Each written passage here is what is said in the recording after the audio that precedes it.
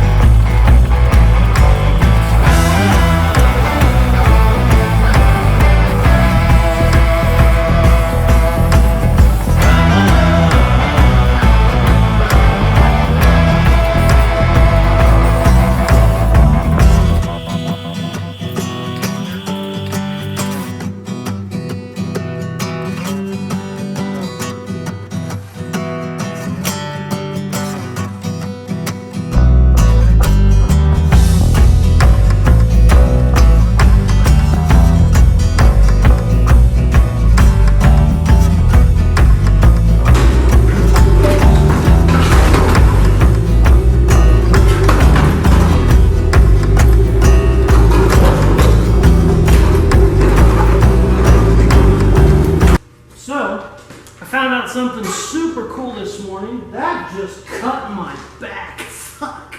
Oh, you fucker. Well, starting off today right. So I found out this morning I lost a bunch of footage from yesterday, which is super cool. So I'm going to kind of walk through what I did. It's really hard to cut this floor out when it's still sitting on the frame. You want to get it up off of it just a little bit. Makes it real easy, you know, when you're running like a Sawzall down there or a cut-off wheel. You don't have to worry about hitting your frame. It's already kind of a pain in the ass to cut out anyway, so you know, the more leverage you can have, the better. So get it up in the air, get that shit out of the way. What I got to do now, I mostly got it all cut out. I still have just a little bit of a back lip there, and all my spot welds I got to drill out, and then the front, just have a little bit of a lip there as well. I don't think there's as many spot welds on those, and I think some of them are rusted out to where they're gone anyway. So the front shouldn't be too bad, but the back will take a little bit. Best way to do spot welds, just to start with a small drill bit, like an 1/8 inch drill bit, and then move to a spot weld bit. If you don't have one of these, you can use a normal bit. It's not that big of a deal, but it is kind of nice the way they're set up. They hog out a lot of the metal, a lot of thick metal, but they don't go deep, so you don't just run right through, which it's not the end of the world if you do go through, but since there's so many of these, I'd rather not have, you know, 40 holes in the back. So that's where the spot weld bit comes in. So let's finish this bitch up.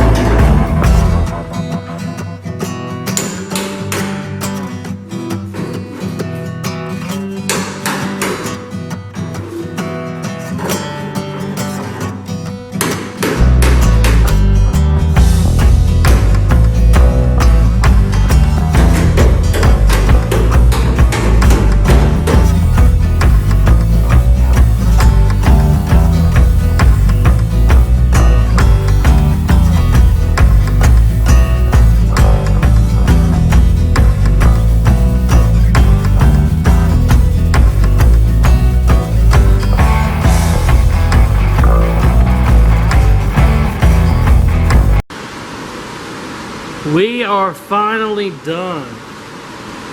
Everything is out.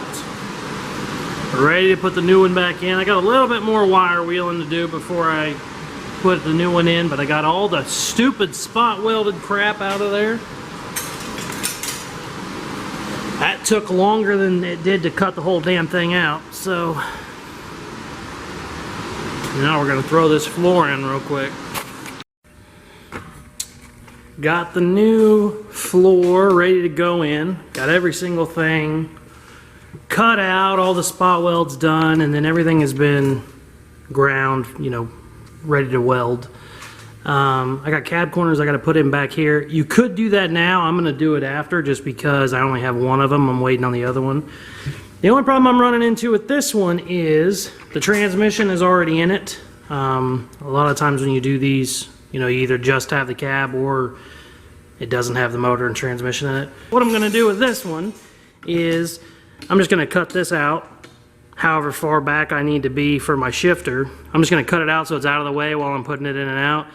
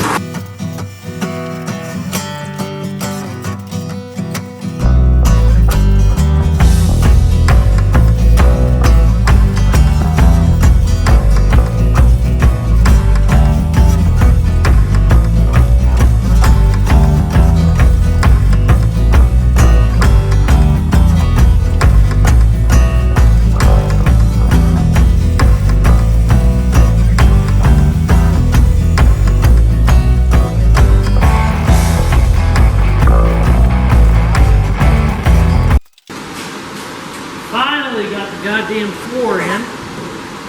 It was like a 45-minute wrestling match. Got it in. Now what I'm doing is I'm bolting it in. There's whatever 4 bolts on each corner before you do your cab mounts. I'm doing that so that I know everything is square and everything is where it's supposed to be. This is all the new hardware. I just opened it up. But one thing I definitely learned from doing this. The last one I did, the cab was not on. Made it a lot easier. I just put it up from the bottom. Well, this one, cab was, it's unbolted, but it's still kind of on the frame. It was a real pain in the ass.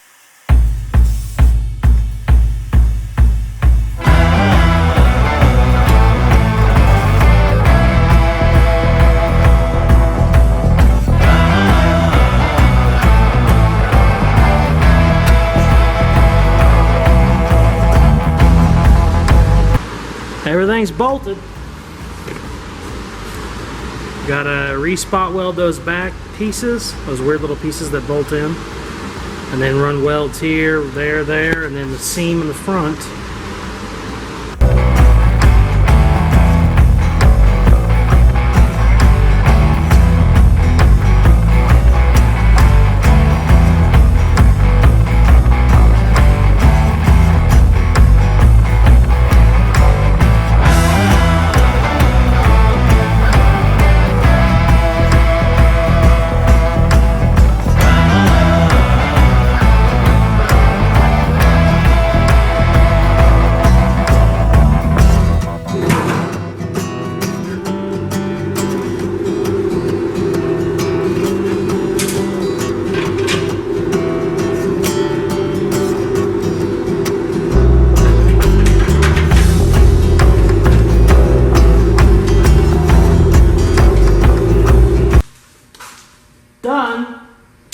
Got the floor completely finished, as you can see. Got it welded in. Got those in. I'm gonna weld those whenever I do my patch panels back here, but floor's in. That's how you gotta do her. It is a real pain in the ass, but I mean, it's nice knowing that that's all brand new.